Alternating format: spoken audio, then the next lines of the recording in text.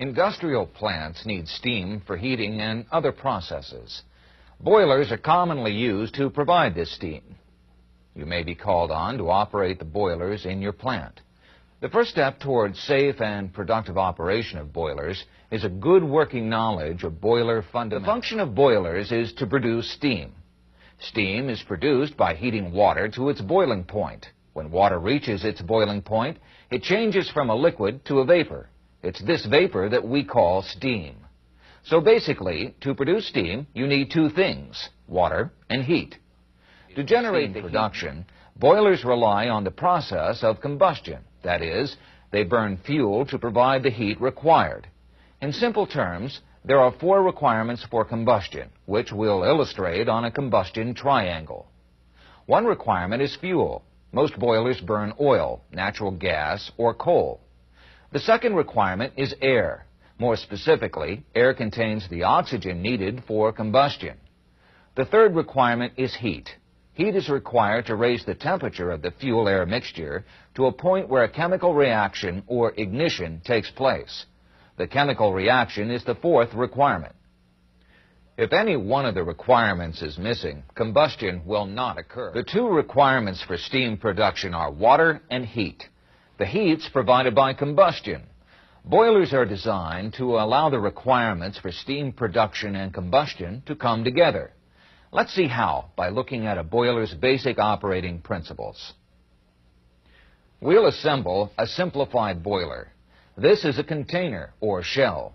With water in it, the water takes care of one of the requirements for steam. We'll also add a pipe to provide a continuous supply of fuel to the combustion area, that is, the area beneath the shell. Heat from the flame satisfies the second requirement for steam production. As the shell heats up, heat is transferred from the shell to the water, and the water boils, producing steam. But a boiler modeled on this example won't work for industrial applications. First of all, the shell is open to the atmosphere, so there's no way to collect the steam. In addition, as the water boils to steam, there's no way to replenish it. Without water, the shell could overheat and be damaged. Given these factors, we'll have to make some changes. First, we'll cover the shell to prevent the steam from escaping. Then we'll add a steam outlet line to collect the steam and route it to where it can be used. We also need a way to supply water to the shell so it won't boil dry. So we'll add a feed water line. It will provide a continuous supply of water to replace the water that's changed to steam. Now we have a boiler that can heat water, produce steam, and route it out of the shell to where it's required.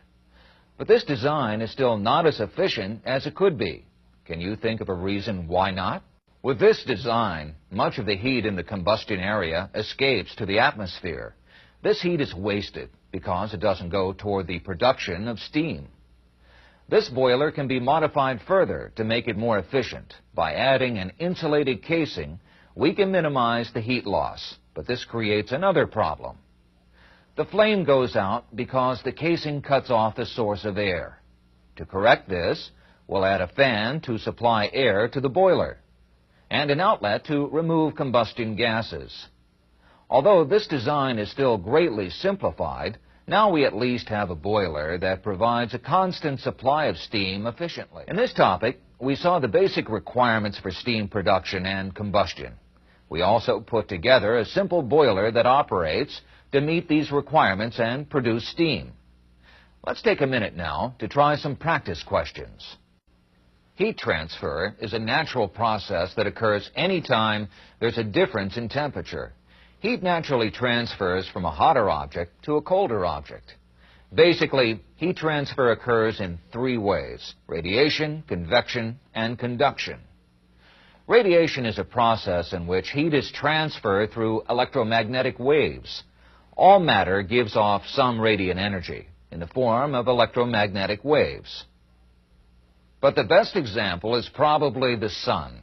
It gives off vast amounts of radiant energy. As the sun's radiant energy travels through space, some of the electromagnetic waves contact the Earth. Some of these waves are reflected back into space, but others are absorbed by the Earth.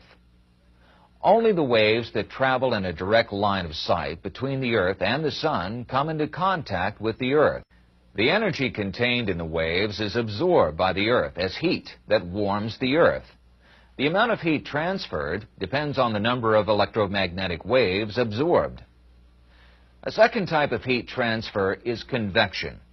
Convection is the transfer of heat within a fluid, that is, a liquid or a gas. It's caused by a mixing action within the fluid.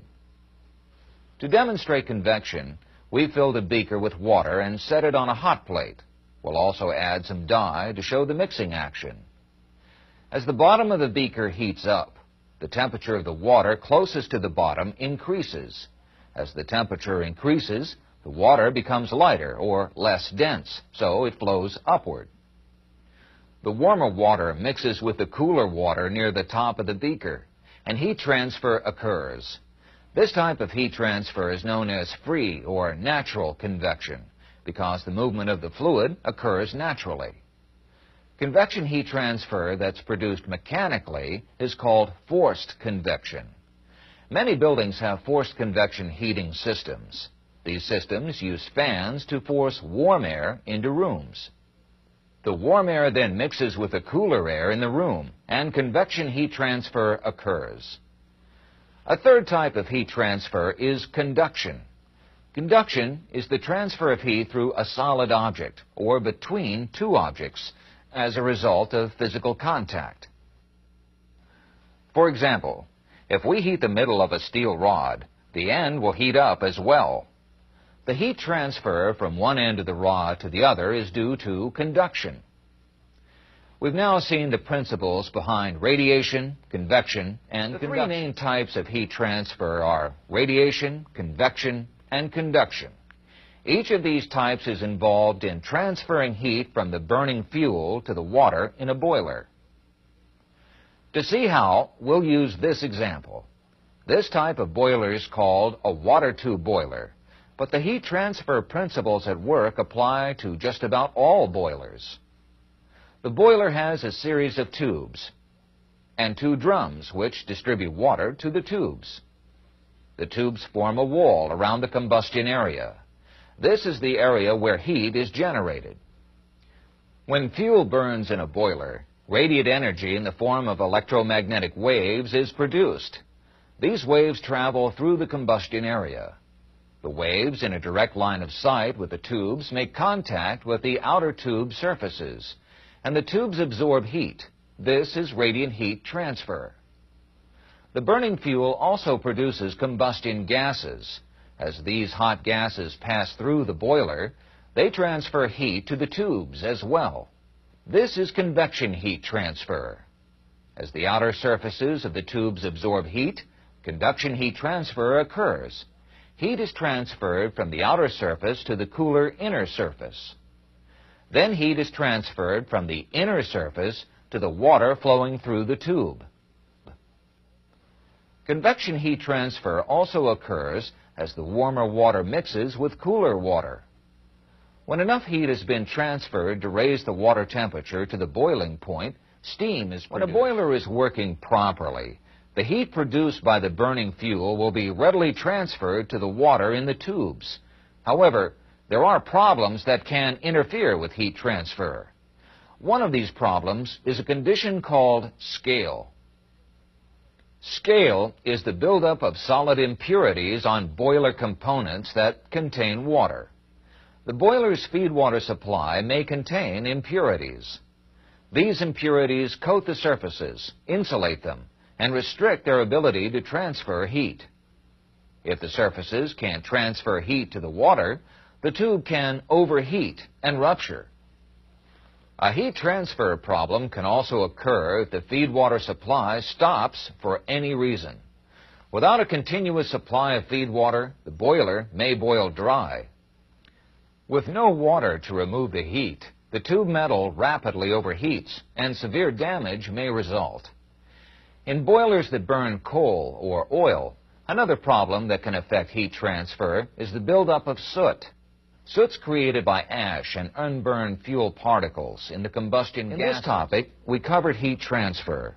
We looked at the major types of heat transfer, and we saw how heat transfer occurs in a boiler. We also looked at a few typical heat transfer problems. Now let's try some practice questions. Basically, fire tube boilers route hot combustion gases through metal tubes. The tubes run through a shell filled with water. Fire tube boilers vary in design, but most operate under similar principles. The combustion area for this one is here.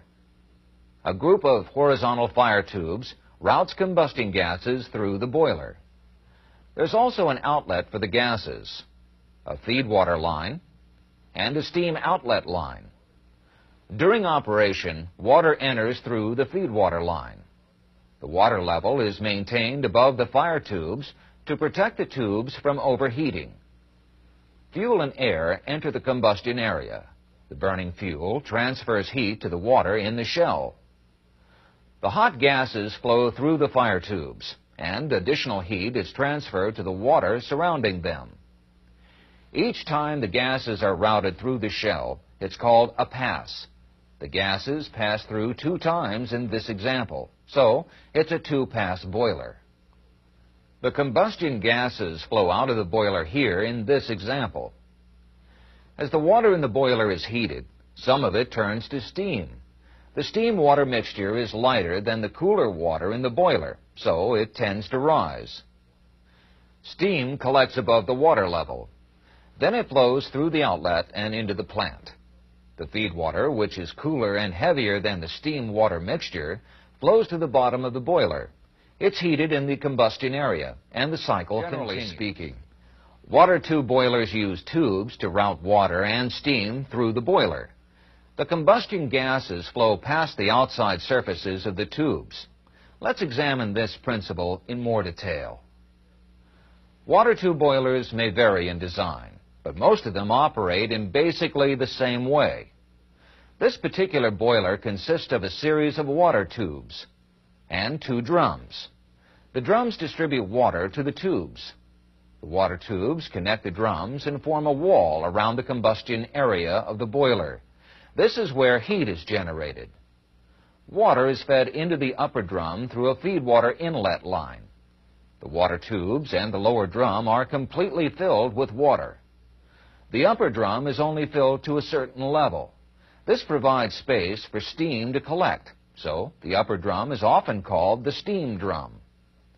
As fuel is burned in the combustion area, heat is transferred to the adjacent water tubes.